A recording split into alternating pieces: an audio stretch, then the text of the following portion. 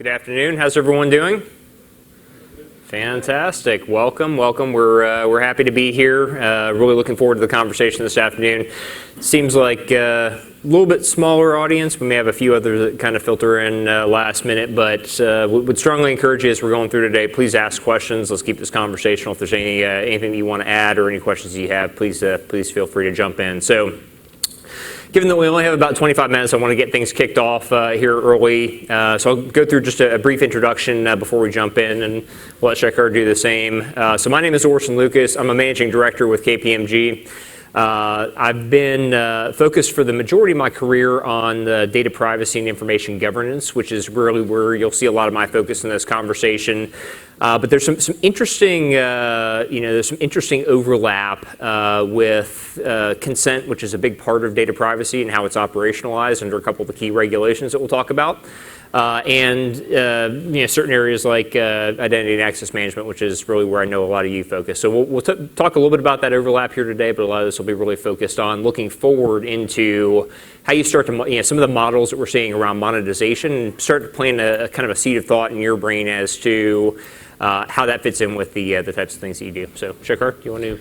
Thank you, Orson. Myself, Shekhar, I've been in identity access management space for about 17 years now, and I'm a specialist director out of in KPMG.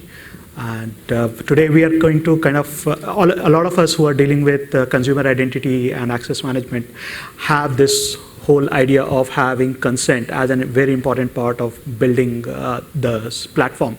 And what we want to do today is kind of take that as a starting point and see where we can take that entire consent management idea and whether we can convert this cost center into more of a profit center.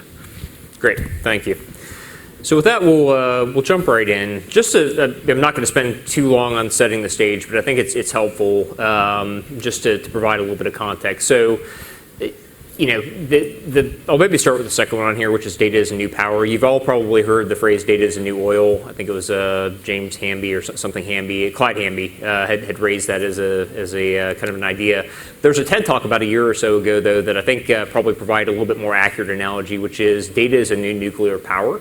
Which is, it's not a limited finite resource. It's something that anybody can take advantage of and really massage and mine toward advantage and benefit. The challenge, though, is from a privacy perspective and some of the penalties associated with not doing it the right way. There's some unique implications of penalties for just using data in a way that it wasn't anticipated or that isn't allowed. So. Really just thinking about making sure that you're doing the right thing when you are collecting data and what's permissible.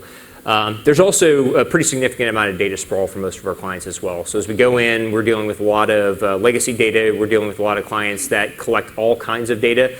So one of my technology clients right now collects everything from information about a household, like, is it a certain type of religion in the household? Are they, hunters? Do they like, certain types of TV shows? All these types of things. So there's a tremendous amount of data that's being calculated.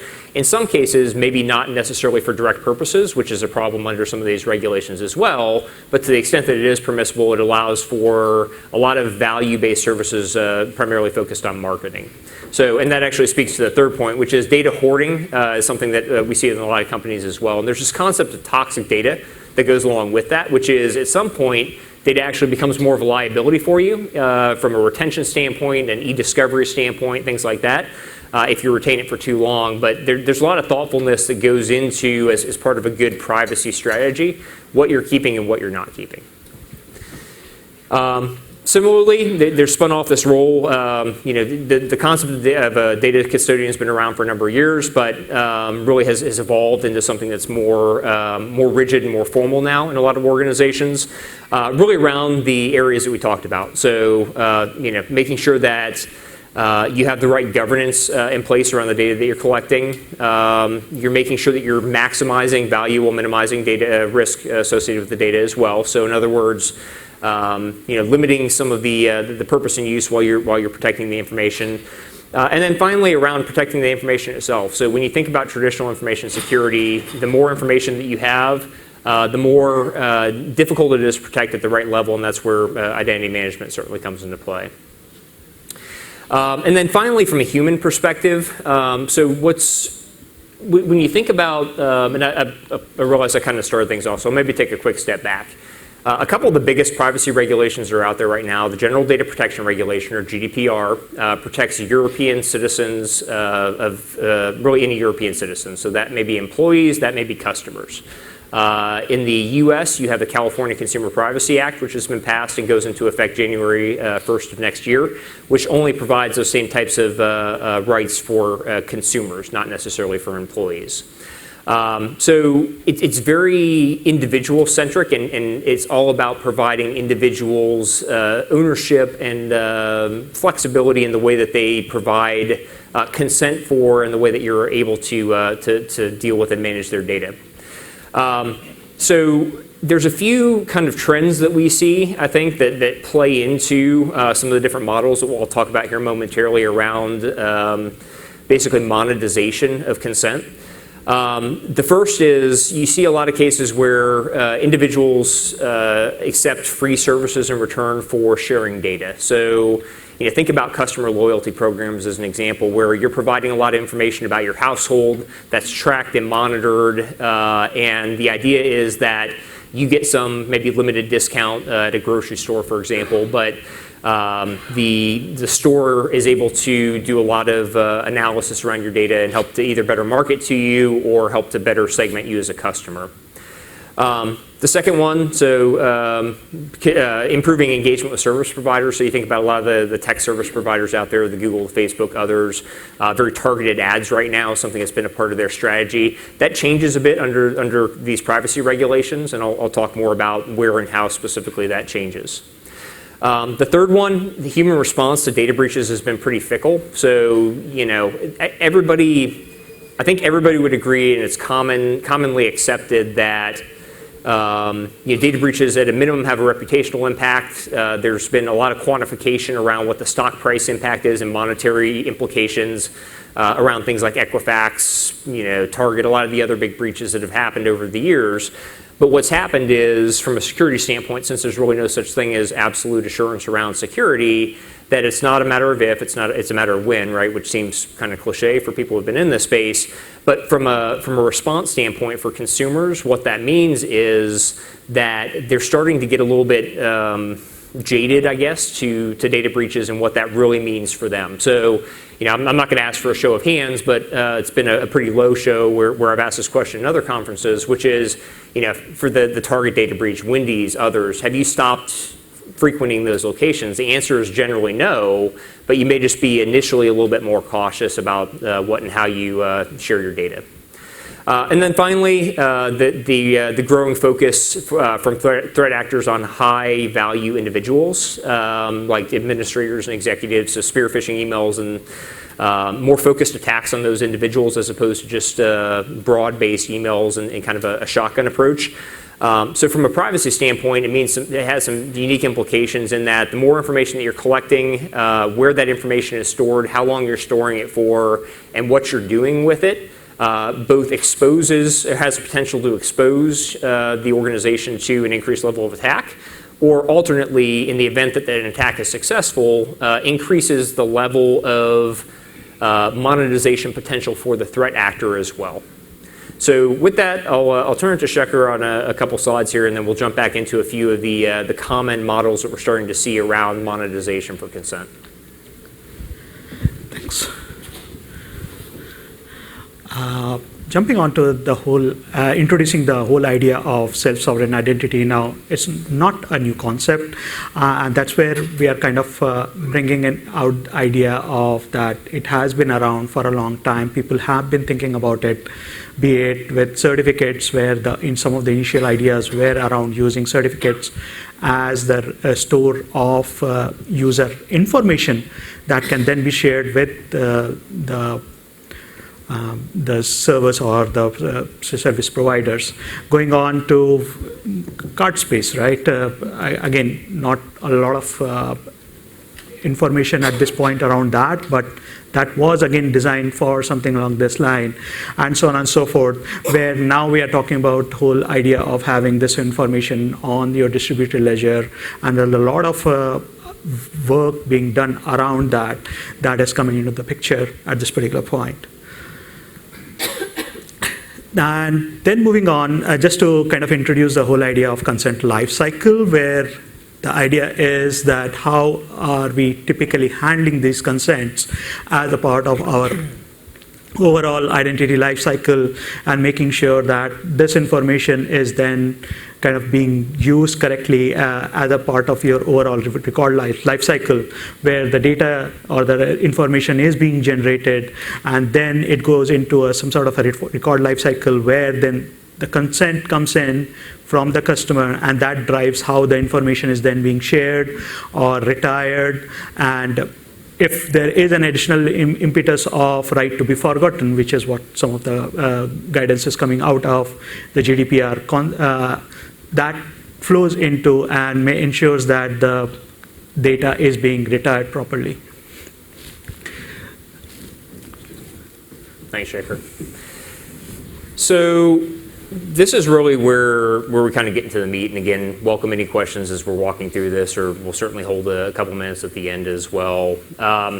What we've done is really thought through, as we've had conversations with clients, as we've helped in really thinking through strategically how companies can best work within the boundaries of some of these emerging privacy regulations to make sure that they're not limiting themselves in terms of what they're able to do, but also working within the constraints of and within the boundaries of the laws. A really good example, we had a conversation with a sports marketing company where they're heavily focused, their business model was heavily focused on being able to market to customers, taking their information and being able to market to them. They were really afraid of the impacts and the limitations that GDPR would have. Similarly, we're working with a technology company, or we've worked with a technology company that has multiple billions of dollars associated with data mining and very targeted advertising and a very targeted customer experience, which again has the potential to be limited by the way that you collect and manage this data. So there's a lot of thoughtfulness going into this. It's not just a legal decision to say, once we get your consent, we have to strike the information or have to stop collecting the information in a certain way. It's a combination of a legal and business conversation in most cases. So just a few considerations. I touched a little bit on the valuation of data, which, when you think about it from an exposure standpoint, there's very limited value for a lot of data on the dark web, with a few notable exceptions. So financial data is one. High value individuals, like I mentioned before as well, is another. But what I would say is, you've got to have multiple data points to be able to bring together that high value individual identity. So if you take, for example, a credit card number for a high value individual, somebody that has a $30,000 limit versus a $5,000 limit, the fraud detection is going to shut off that access at the same time. So it's kind of moot, but you may be able to use that as kind of a jumping off point to establish a broader view of that individual's identity. Also, from a valuation standpoint, it's interesting. When you think about, well, actually, I'll get into that here on the next slide. I'll come back to that. The user's consent to share data to improve engagement experience. So this is where there's a little bit of a difference between the GDPR and the CCPA. GDPR, think about it generally as opt-in consent. It's a little bit more nuanced than that, but you need to, as an individual, so if you go to a company's website, you need to provide explicit opt-in consent to be able to use, for the company to be able to use your information in a certain way. The company has to provide clear, unambiguous notice, and they have to provide the opportunity for you to opt out, to opt into your data being used that way. The California Consumer Privacy Act is a little bit more focused on opt-out notification, but it's also a little bit more narrowly focused on your information being sold to and shared with third parties as well. So that kind of dovetails into the fine-grained consent model, which is, it's really important. It's probably beyond the scope of the next 10 or so minutes of this conversation, but really getting into the details, into the weeds of translation of what the organization's privacy policy captures. So for example, we collect these types of information, these categories of information. We use them for these purposes. Do you consent to that? Yes or no? and then translating that into the way that access is managed across the environment. So in other words, making sure that those individuals from a consumer identity and access management standpoint, as well as people within the back office environment, that the access is well aligned to the way that the individual consents to their data being accessed and used. A really good example of that where we see fall outside the boundaries a lot of times is with data modeling. So for example, we worked with a retail company who collected a tremendous amount of information about their customers, customer transactions, online behavior, all those types of things to be able to bring it together into a single picture. They stored that as part of a data lake, and the data lake access was a little bit more open than it should have been, and that was a serious concern insofar as that wasn't what was presented to the customer. What was presented to the customer is we're going to collect your transaction data to be able to better market to you. There were a number of individuals that shouldn't have had access. In that case, it did, and that was something that they actively worked on.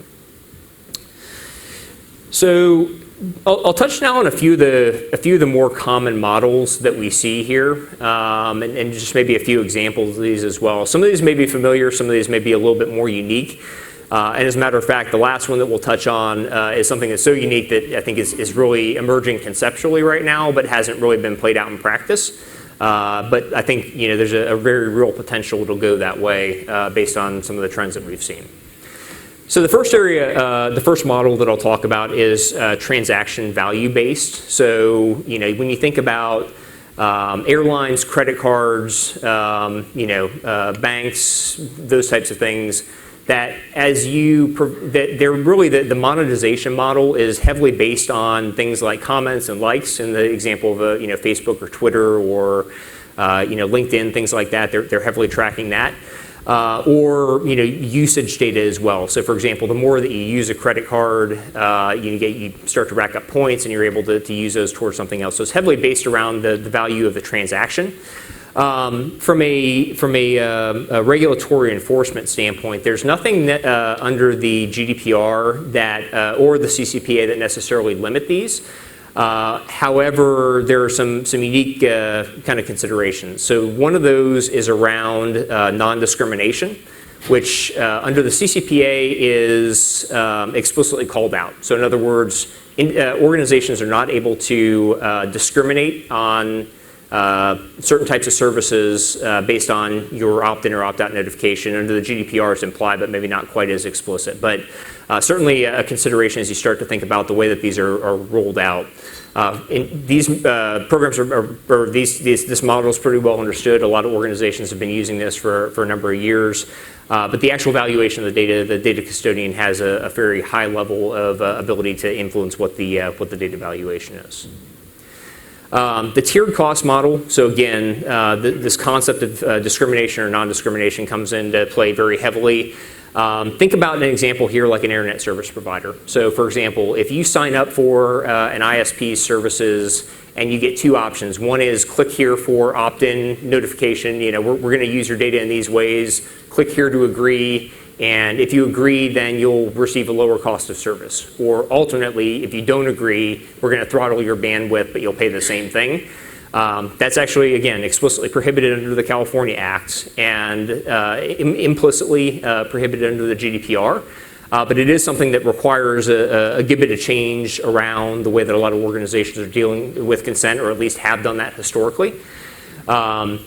So again, a no model, but it doesn't necessarily work with free services as well. In addition to some of the restrictions under the two privacy regulations.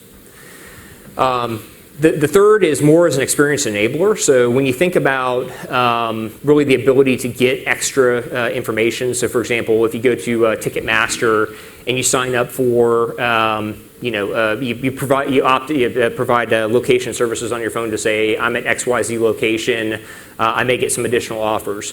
You're starting to see this with a lot of retail chains as well, where they provide free Wi-Fi access in their store. So when you walk in on your phone, this was initially, interestingly enough, viewed as kind of a something that these organizations wanted to restrict, insofar as what people were doing were walking in and using that to basically online comparison shop.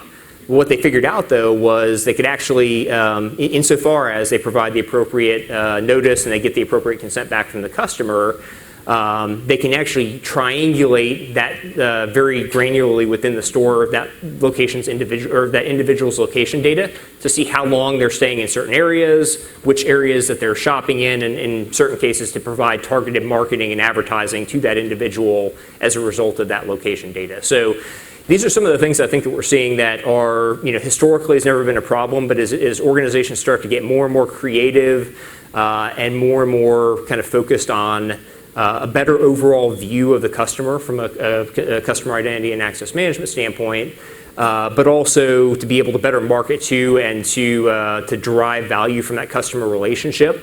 That there's more of a need to provide that explicit notice as to how their information is being used and obtain unambiguous consent from the individual. The last one that I think is probably that we've started to see it evolve a bit, but I don't think we've necessarily seen it play out in practice, is this idea of a data consortium model. And really another potential extrapolation of this is at the individual level. So when you think about it, companies like Facebook, right? Companies like Google have gone through and individually valued what a person's information is worth. I can't remember the exact numbers, but I want to say for Facebook, your total information is something like $150 or something per individual, right? Same thing for Google, it's roughly in that range as well, maybe $180, somewhere in that range, between $150 and $200 per individual. So the idea is that, look, under these regulations, the idea is that I have more control and more flexibility and more ability to guide what's done with my information. Basically, I have rights as an individual. It's my information. At least in the U.S., this hasn't played out yet because of the way that some of the history of regulations in the privacy space is kind of played out. But in the EU, there's more talk around individual monetization of that data. So the example being, let me just provide an illustrative example, which is Google right now, you're worth $200 to them based on targeted advertising, rather than receiving a certain type of services or receiving a free service from Google as opposed to a pay service, that you pocket that $184. That you have the ability to submit something to Google that says, I'm worth X amount to you, cut me a check for that amount, and then any services that I receive from you beyond that level will be either pay services or treated in a different way. So kind of that idea of monetization based on the information that's provided to the company is something that we're seeing emerge, but that we haven't necessarily seen play out in practice yet. So as you're thinking about how this plays out within your environment, it's worth thinking about this model as well.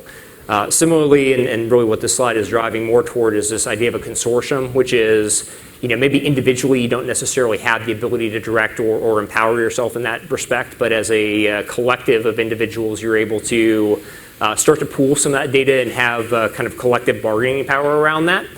So again, just an emerging idea. It still has yet to play out, I think. Where we're seeing most of this is, from a monetization standpoint, is more around companies mining and managing that data to better target the individual, and as a result of that, control and consent that way. Yes?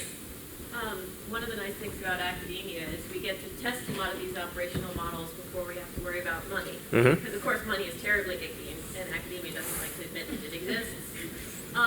But that said, this model is starting to play out with at Duke University, where they've got something called a platform called consent-informed attribute release, Okay.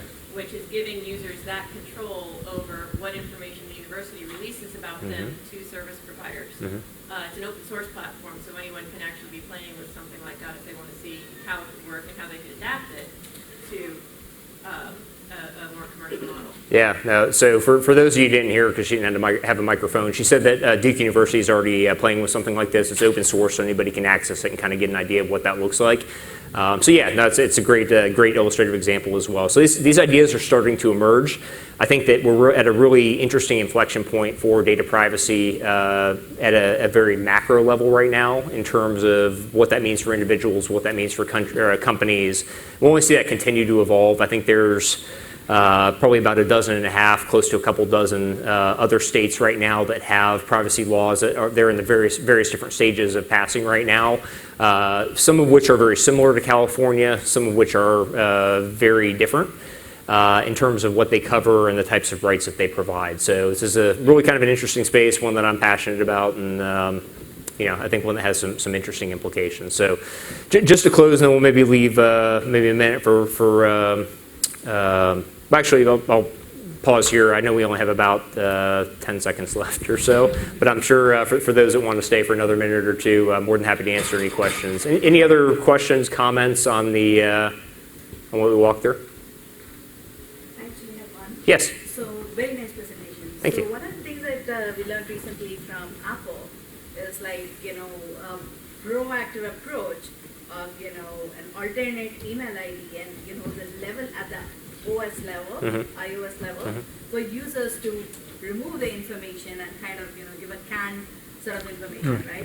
So how do we see that playing out in the space? Like you'll have, variety of different platform users, and here we're talking about consent at a user level, whereas there at a, at a system level, platform level, you can wipe it all out and say, don't share it anymore.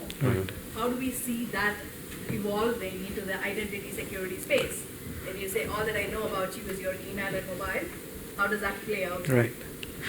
Right. So I think Apple from that perspective is kind of a, I would say, somewhat unique in terms of kind of building a platform which takes this monetization to a different level, where they're saying that, okay, come to our hardware, buy our hardware, and you get privacy by default, something along that line, right? So that idea is, again, a good monetization model, but how much impact does that have? How much impact does the industry take? And where this whole idea of having kind of a monopoly, right? That kind of coming into the picture as to what kind of control do you have on the market kind of comes into the picture. Yep. Anything you want to That's great. No, but I think that's good. Maybe one more real quick question, then we'll hang around here afterwards as well if there's other questions as well. That's great. Steve Wilson from Constellation Research. Hey, Steve. You're trying to put together a framework for monetizing personal data, and I get that. It's a contested space. Right. It's legitimate. I wonder whether you're focusing too much on consent, because consent is actually not essential under GDPR. It's only one of about 10 different ways of legitimising the use of personal data. So I'm wondering whether consent is actually not, at least outside of the UX, whether it's not the tool pole that drives intent. Yeah, no, that's actually a really good takeaway as well. There's other legal bases of processing as well. Consent's not the only one. So, to that point, I think that's fair. I think this presentation is probably more focused on consent. This isn't meant to say that this is the only approach, but it is probably one of the more common bases that we see our customers taking, along with what's presented in the privacy notice, which is why we focused on it here. It's a really good question, though. Great. Yes. No, I promise one more, but one more, and then we'll. So it sounds like a lot of what you're describing is monetizing data. Yes. What do you mean by monetizing consent? So the idea being, so I would differentiate the two as monetizing data is more. Think about it as like data science, for example. Think about it as data mining, those types of things as well. So what value can we derive from the data? Monetizing consent is really more focused on. Based on permissible uses of the data, based on what you've told the customer you're going to do with their data, and then working within those boundaries in creative ways, focused on trying to monetize it that way. Does that make sense? That's right. Yes. Yeah. Yeah. Very good. Thank you. Thank you.